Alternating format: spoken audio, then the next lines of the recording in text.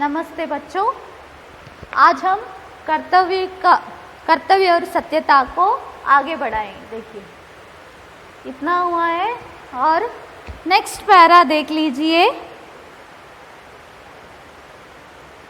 कर्तव्य मतलब क्या है, कर्तव्य का पालन क्यों करना है, कर्तव्य का पालन करने से हमें क्या फ़ायदा है और कर्तव्य किस पर निर्भर है, ये बात हमने देख लिया। अब हम देखेंगे मन की शक्ति यानी आत्मा की शक्ति क्या है। हम लोगों के मन में एक ऐसी शक्ति है जो हमें सभी बुरे कामों को करने से रोकती है और अच्छे कामों की ओर हमारी प्रवृत्ति को झुकाती है। यह बहुधा देखा गया है कि जब कोई मनुष्य खोटा काम करता है तब बिना किसी के कहे आप ही लजाता है और मन में दुखी होता है। खोटा मतलब बुरा है और बहुधा अक्सर कभी कभी लेखक का कहना यह है कि हमारे मन में एक ऐसी शक्ति है जिसे हम आत्मा की शक्ति मानते हैं। वो हमें सभी बुरे कामों को करने से रोकती है और अच्छे काम करने की प्रेरणा देती है। जब हम बुरे काम करना चाहते हैं, बुरा काम करना चाहते हैं तो हमें रोकती है, ऐसा मत करो, वो बुरा है। और अच्छे काम करने में लगे तो वो हमें प्रोत्साहित करती है, ये अच्छा काम है, करो ऐसा। इसलिए लेखक एक उदाहरण देते हैं। हमने कभी कभी देखा है जब कोई मनुष्य खोटा काम करता है, मतलब बुरा काम करता है, तब बिना किसी के कहे आप ही लजाता और मन में दुखी होता है। लजाना मतलब लज्जित होना, शर्माना, यहाँ पर लज्जित होना। और कोई मनुष्य कभी बुरे काम में लग जाएगा तो, व्यस्त रहेगा तो किसी को भी ये कहने की आवश्यकता नहीं है कि तुमने बुरा काम किया है। वो मनुष्य खुद जान जाएगा कि उसने बुरा काम किया है और अपने आप ही लजाता रहता है। अपने किए हुए कर्म के लिए वो खुद अपने आप को दोषी मानता है और साथ ही साथ लज्जित भी होता है और मन में दुखी भी होता है, हमेशा दुख सहता रहता है। और एक उदाहरण देते हैं।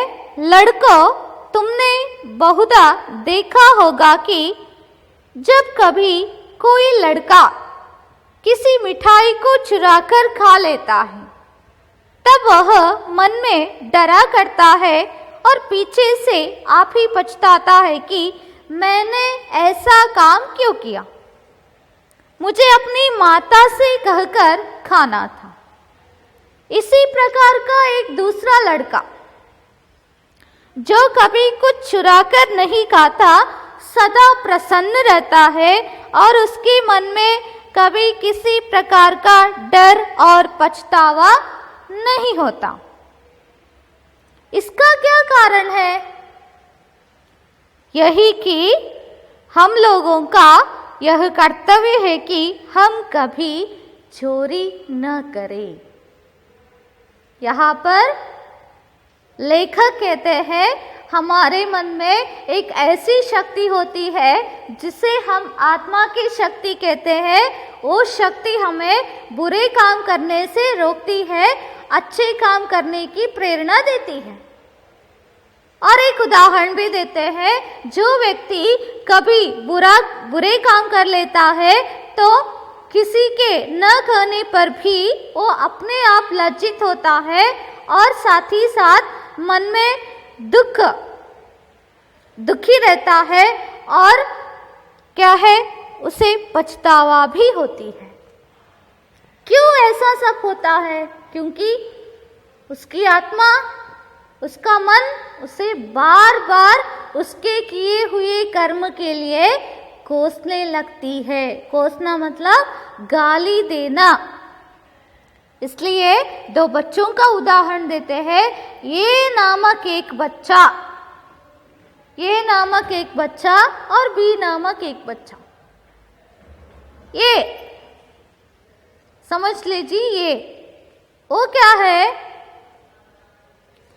अपने माँ से बिना कहकर मिठाई चुरा कर खा लेता। मिठाई चुराते समय उसे कुछ नहीं हुआ, मन में कोई पछतावा भी नहीं हुई।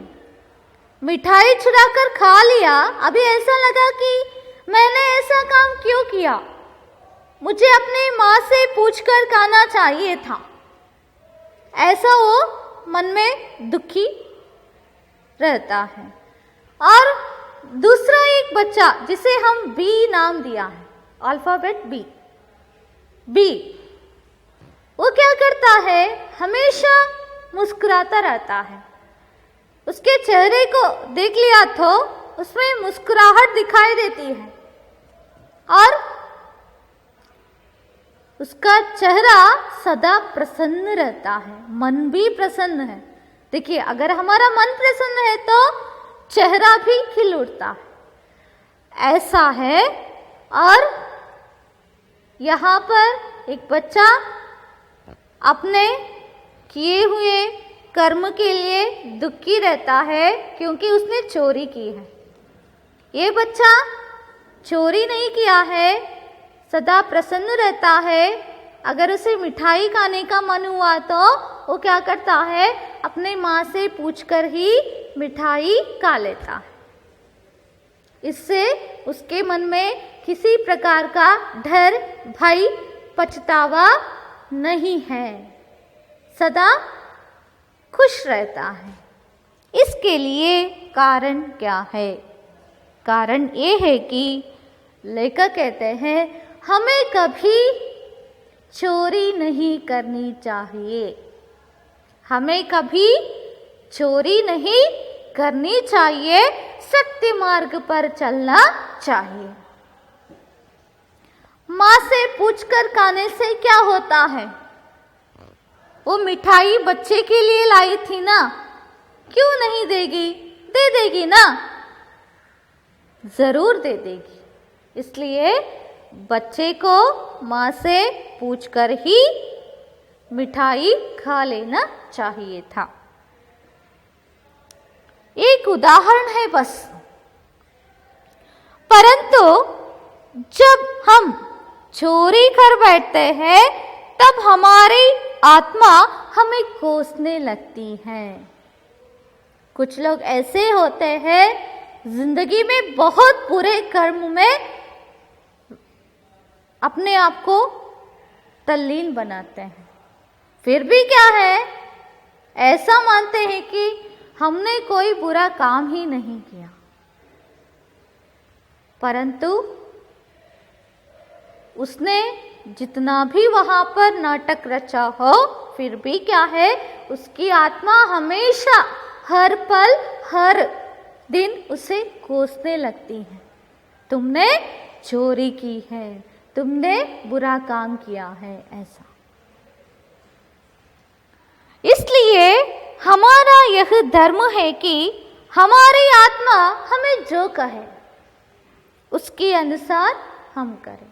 लेखक कहते हैं, हमारा परम धर्म क्या है?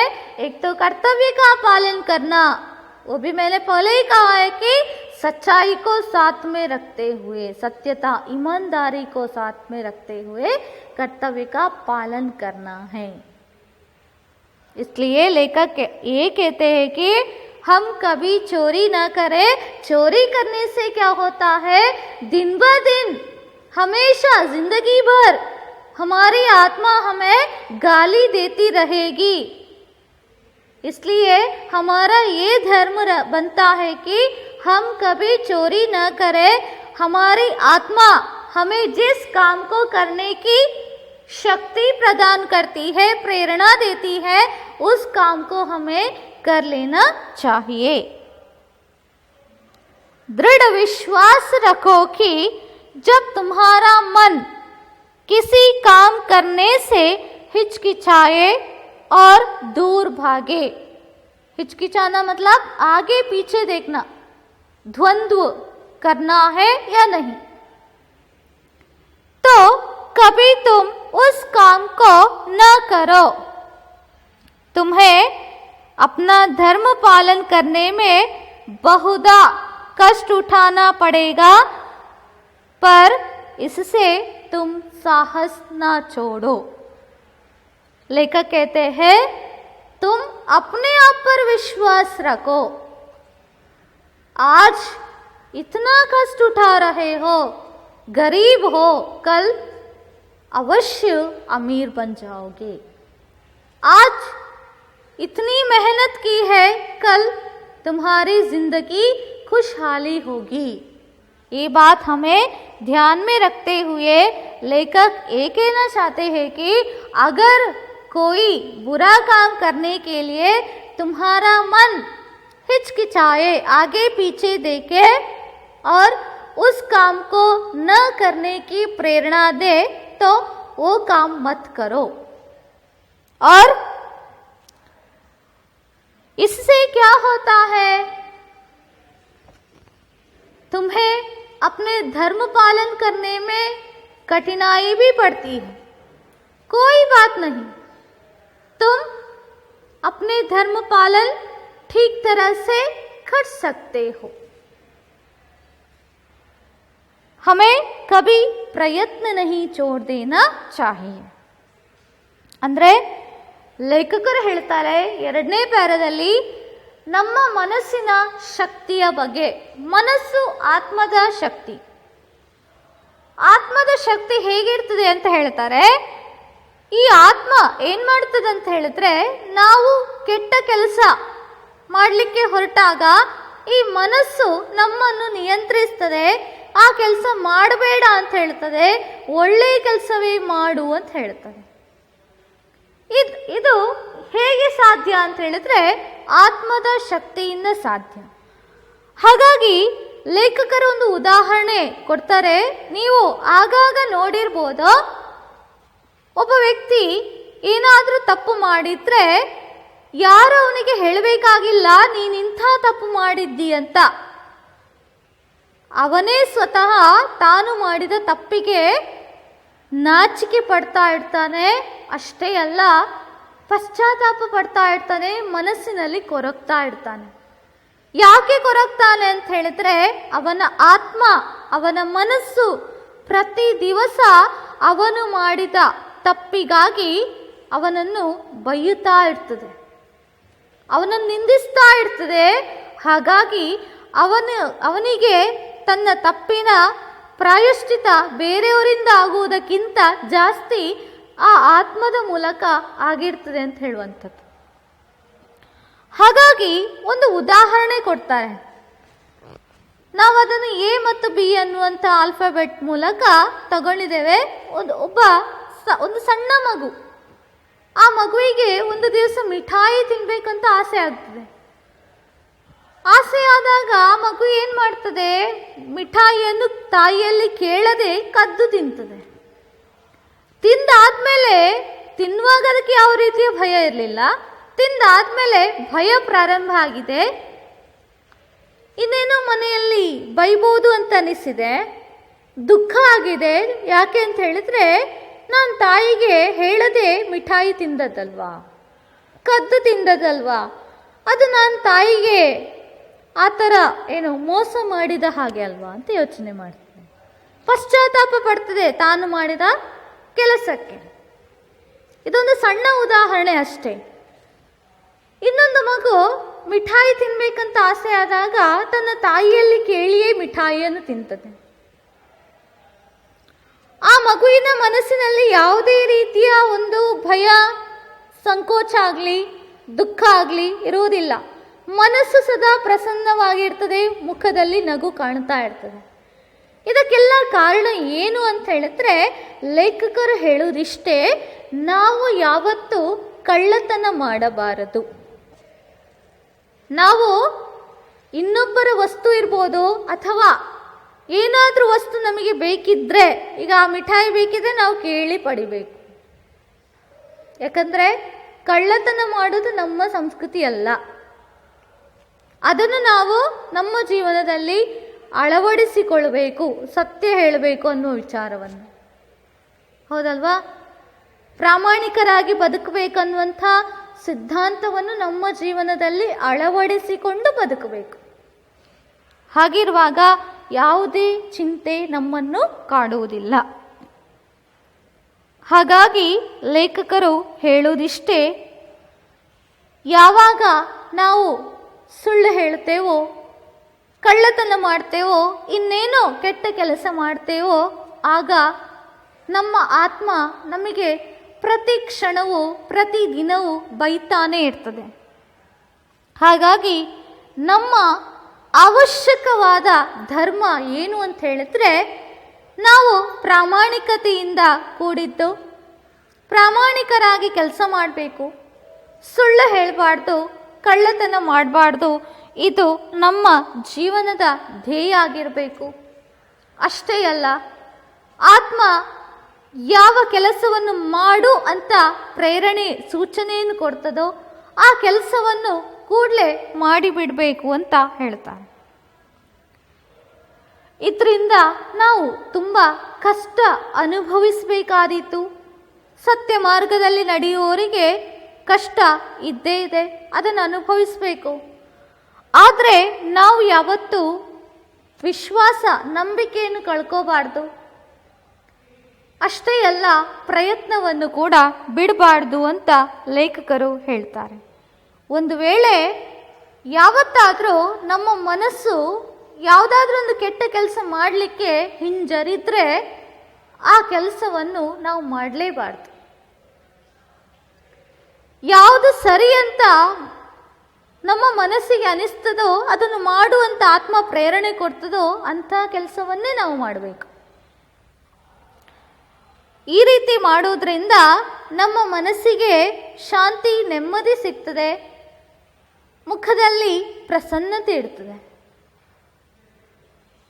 क्या हुआ जब तुम्हारे पड़ोसी ठग विद्या और असत्य परता से धनाढ्य हो गए और तुम कंगाल ही रह गए? उदाहरण देते हैं, ठग विद्या, धोखा देने की कला, ठग विद्या, धोखा देने की कला, असत्य परता, झूठ बोलना, असत्य मतलब सत्य से परे है, मतलब अनजान है, मतलब झूठ।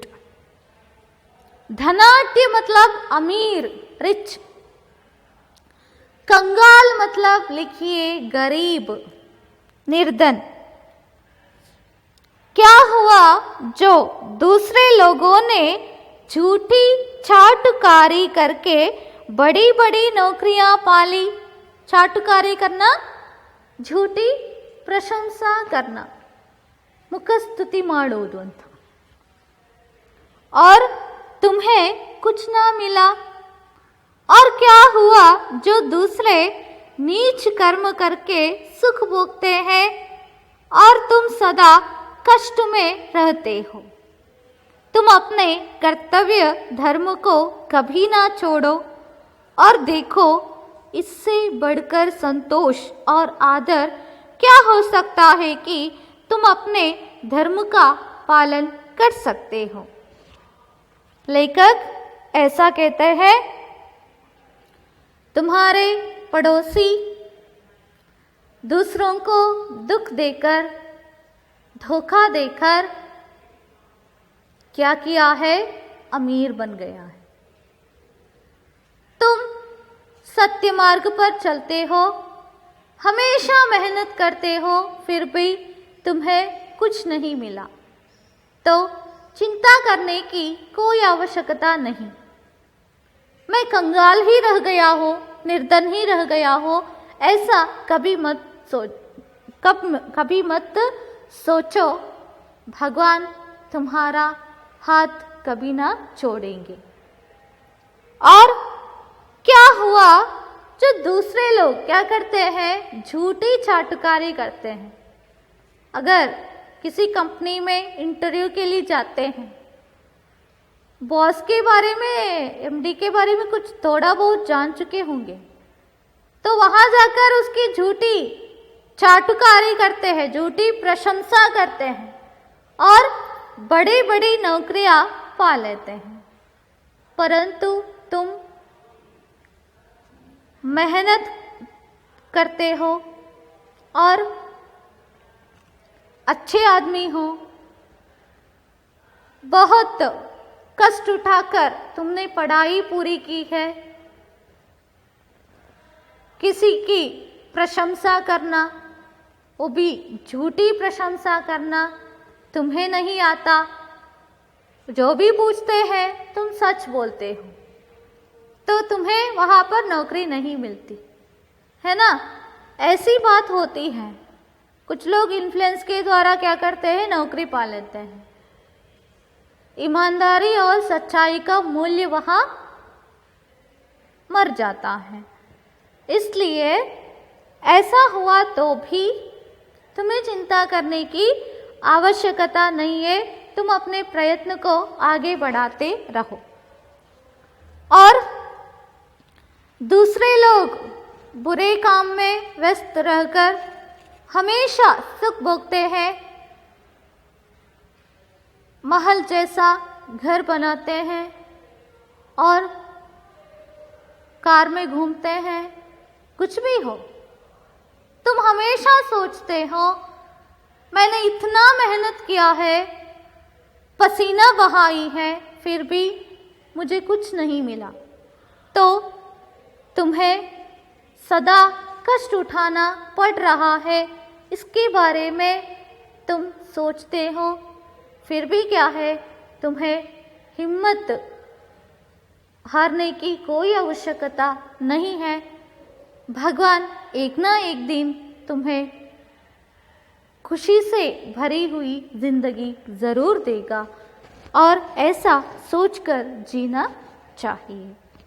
और इसके साथ साथ हमें अपने कर्तव्य धर्म का पालन ठीक तरह से उचित समय पर करना चाहिए। सत्यता को साथ में रखते हुए कर्तव्य का पालन हो जाए तो इससे और कोई खुशी, सत्यता को साथ में रखते हुए पालन करने वाला जो कर्तव्य होता है, उससे मिलने वाला आदर सम्मान और कुछ भी नहीं हो सकता। इसलिए ऐसे कर्तव्य का पालन तुम हमेशा करते रहो। ಅಂದ್ರೆ ಲೇಖಕರು ಹೇಳ್ತಾರೆ, ನೀನು ಯಾವತ್ತೂ ಕಷ್ಟಪಡ್ತಾ ಇದ್ದಿ, ಪ್ರಾಮಾಣಿಕವಾಗಿ ಕೆಲಸ ಮಾಡ್ತಾ ಇದ್ದಿ, ಆದರೆ ಇನ್ನೊಬ್ಬರಿಗೆ, ನಿನ್ನ ಗೆಳೆಯರಿರ್ಬೋದು ಅಥವಾ ಇನ್ಯಾರೋ ಇರ್ಬೋದು, ಅವರಿಗೆ ಮೋಸ ಮಾಡುವ ಕಲೆ ಗೊತ್ತಿರ್ತದೆ. ಆ ಕಲೆಯ ಮೂಲಕ ಇನ್ನೊಬ್ಬರ ಮನಸ್ಸನ್ನು ಗೆದ್ದು ಇನ್ನೊಬ್ಬರಿಗೆ ಮೋಸ ಮಾಡಿ ಅವರನ್ನು ಕೊಳ್ಳೆ ಹೊಡೆದು ತಾವು ಶ್ರೀಮಂತರಾಗ್ತಾರೆ. ಹಾಗಿದ್ರೂ ನೀನು ಚಿಂತಿಸಬೇಕಾದ ಅವಶ್ಯಕತೆ ಇಲ್ಲ. ಅಷ್ಟೇ ಅಲ್ಲ, ಕೆಲವರಿಗೆ ಇದ್ದದಕ್ಕಿಂತ ಹೆಚ್ಚಿಗೆ ಹೇಳಿ ಯಾವುದೋ ಒಂದು ಶಿಫಾರಸಿನ ಮೂಲಕ ಕೆಲಸವನ್ನು ಗಿಟ್ಟಿಸಿಕೊಳ್ಳುವ ಯೋಚನೆ ಇರ್ತದೆ.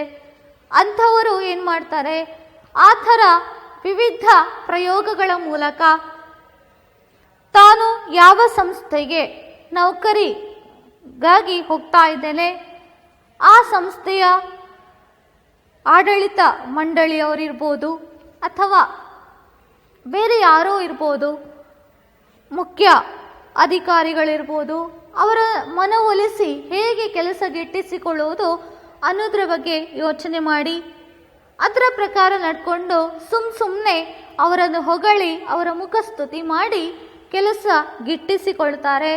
ಆದರೆ ನೀನು ಪ್ರಾಮಾಣಿಕ ಪ್ರಯತ್ನದಿಂದ ಒಳ್ಳೆಯ ಅಂಕಗಳನ್ನು ಪಡೆದು ಒಳ್ಳೆಯ ಕಡೆ ಕೆಲಸ ಮಾಡಿ ಅನುಭವ ಗಳಿಸಿ ನೀನು ಆ ಸಂದರ್ಶನಕ್ಕೆ ಹೋಗಿದ್ರೂ ಕೂಡ ನಿನಗೆ ಅಲ್ಲಿ ಕೆಲಸ ಸಿಗಲಿಲ್ಲ ಅಂತಾದರೆ ನೀನು ಅದರ ಬಗ್ಗೆ ಚಿಂತಿಸುವ ಅವಶ್ಯಕತೆ ಇಲ್ಲ. ಯಾಕಂದರೆ ನೀನು ಪ್ರಾಮಾಣಿಕನಾಗಿದ್ದಿ. ನಿನಗೆ ಇನ್ನೊಬ್ಬರ ಮುಖಸ್ಥಿತಿ ಸುಮ್ಮನೆ ಮಾಡಲಿಕ್ಕೆ ಬರುವುದಿಲ್ಲ. ಹಾಗಾಗಿ ಇಲ್ಲಿ ಏನು ಹೇಳ್ತಾ ಇದ್ದಾರೆ ಅಂತ ಹೇಳಿದ್ರೆ, ಆ ಥರ ಆದರೂ ಕೂಡ ನೀನು ಚಿಂತೆ ಮಾಡಬೇಡ. ಅಷ್ಟೇ ಅಲ್ಲ, ಇನ್ನೊಬ್ಬರಿಗೆ ನೋವನ್ನುಂಟು ಮಾಡಿ ತಾವು ಸುಖ ಪಡುವ ಜನ ತುಂಬ ಜನ ಇದ್ದಾರೆ. ಆದರೂ ಕೂಡ ಅವರೆಲ್ಲರ ಮಧ್ಯೆ ನೀನು ಬದುಕ್ತಾ ಇದ್ದಿ, ನಿನ್ನ ಕರ್ತವ್ಯವನ್ನು ಪಾಲಿಸ್ತಾ ಇದ್ದಿ, ಪ್ರಾಮಾಣಿಕನಾಗಿ ಕೆಲಸ ಮಾಡ್ತಾ ಇದ್ದಿ. ಹಾಗಿದ್ರೂ ನೀನು ಯಾವತ್ತೂ ನಿನ್ನ ಕರ್ತವ್ಯವನ್ನು ಬಿಡಬೇಡ.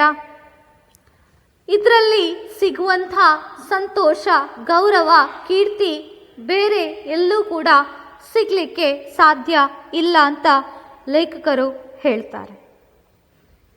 हम लोगों का जीवन सदा अनेक कार्यों में व्यग्र रहता है. व्यग्र, यहाँ पर व्यग्र स्पेलिंग मिस्टेक है, व्यस्त रहता है. हम लोगों को सदा काम करते ही बीतता है. इसलिए हम लोगों को इस बात का पूरा ध्यान रखना चाहिए कि हम लोग सदा अपने धर्म के अनुसार काम करें और कभी उसके पथ पर से न हटें, चाहे उसके करने में हमारे प्राण भी चले जाए तो कोई चिंता नहीं. लेखक कहते हैं, हम लोगों का जीवन सदा अनेक कार्यों में व्यस्त रहता है. कोई ना कोई काम हम कर लेते हैं और